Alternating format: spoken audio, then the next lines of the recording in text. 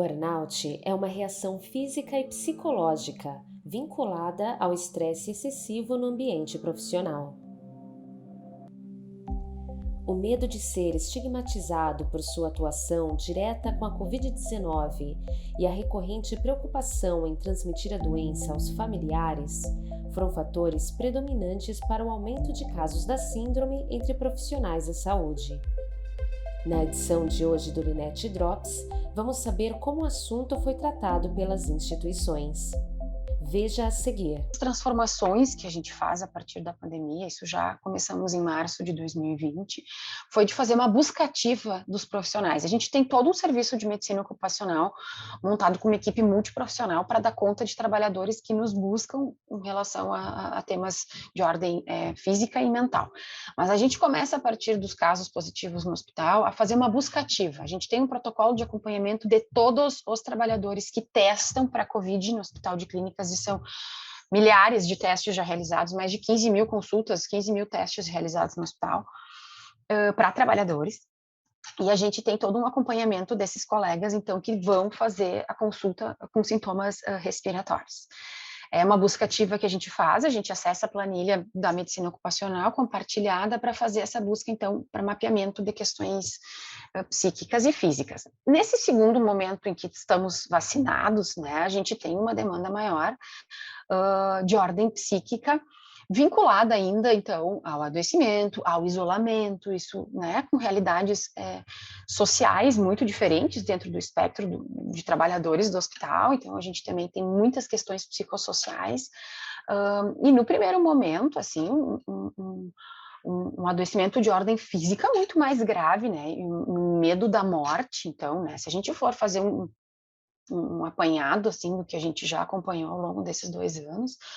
O medo da morte, naquele primeiro ano, era uma questão fundamental, eles são com muitas crises de ansiedade, né, muitos sintomas vinculados a isso, seja o medo, né, da sua morte, mas colocando também muitos familiares em risco, porque então a gente trabalhava no hospital e morava, né, com crianças pequenas, muitos pais que precisaram cuidar das crianças, né, avós, porque as escolas, então, fecharam. Isso da rede de apoio, da gente colocar como trabalhador em risco a nossa rede de apoio, foi muito, muito delicado.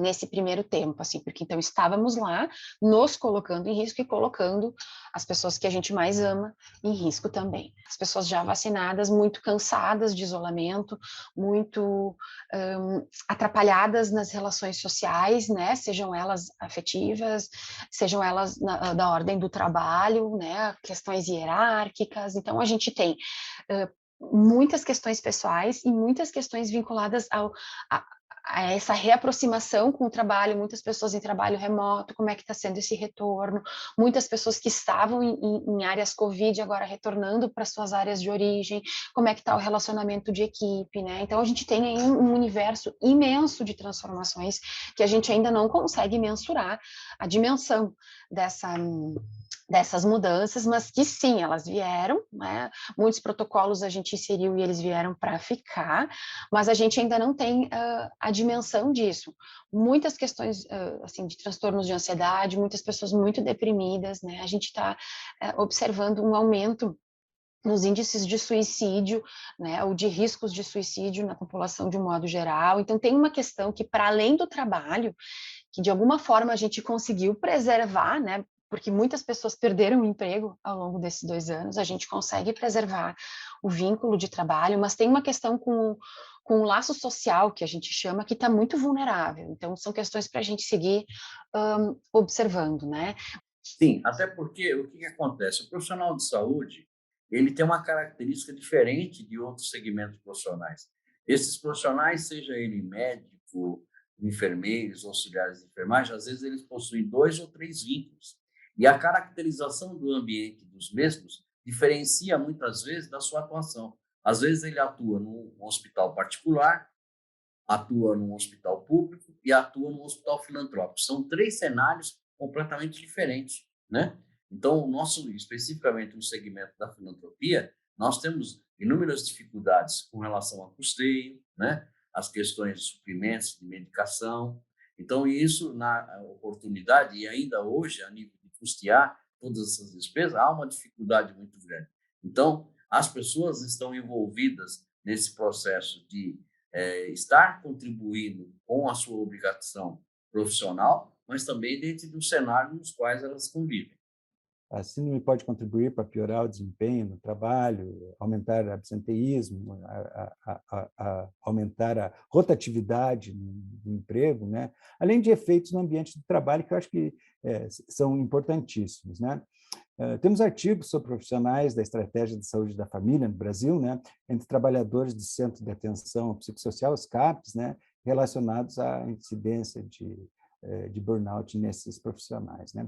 Acredito que o manejo desses profissionais, desses trabalhadores, deve ser bem encarado pelos médicos de trabalho, que eles já estão acostumados a esse tipo de diagnóstico, né, e de fatores de risco para a síndrome no local do trabalho, para que estabeleça o nexo causal entre trabalho e distúrbio, né? A percentagem de incidência, né, a prevalência dessas doenças gira ao redor de 30%, né, dos trabalhadores, de acordo com o tipo de trabalho, né? Esses sintomas de exaustão física, mental, dor de cabeça, cefaleia, insônia, insegurança, dificuldade de concentração, dores musculares, deve ser uma advertência para o médico de trabalho que está atendendo esse tipo de paciente para iniciar uma investigação para ver os riscos nos diversos fatores, nos diversos postos de trabalho que existentes, né? E o médico do trabalho deve instituir, nos casos em que constatar essa necessidade, né, medidas para serem seguidas pelos trabalhadores, para aumentar a participação em atividades sociais, que é importante, avaliar a capacidade do trabalhador em bater metas, muitas empresas colocam metas, muitas vezes, inexequíveis para o trabalhador mediano, né, não pode nivelar por alto, né, e muitas vezes eles não conseguem bater essas metas, né? E procurar o médico, né? Auxílio médico. Outra coisa importante é evitar o uso de álcool e drogas, abuso, né? A avaliação da rotina diária também é importante, atividades físicas, são medidas que auxiliam no combate ao distúrbio, né?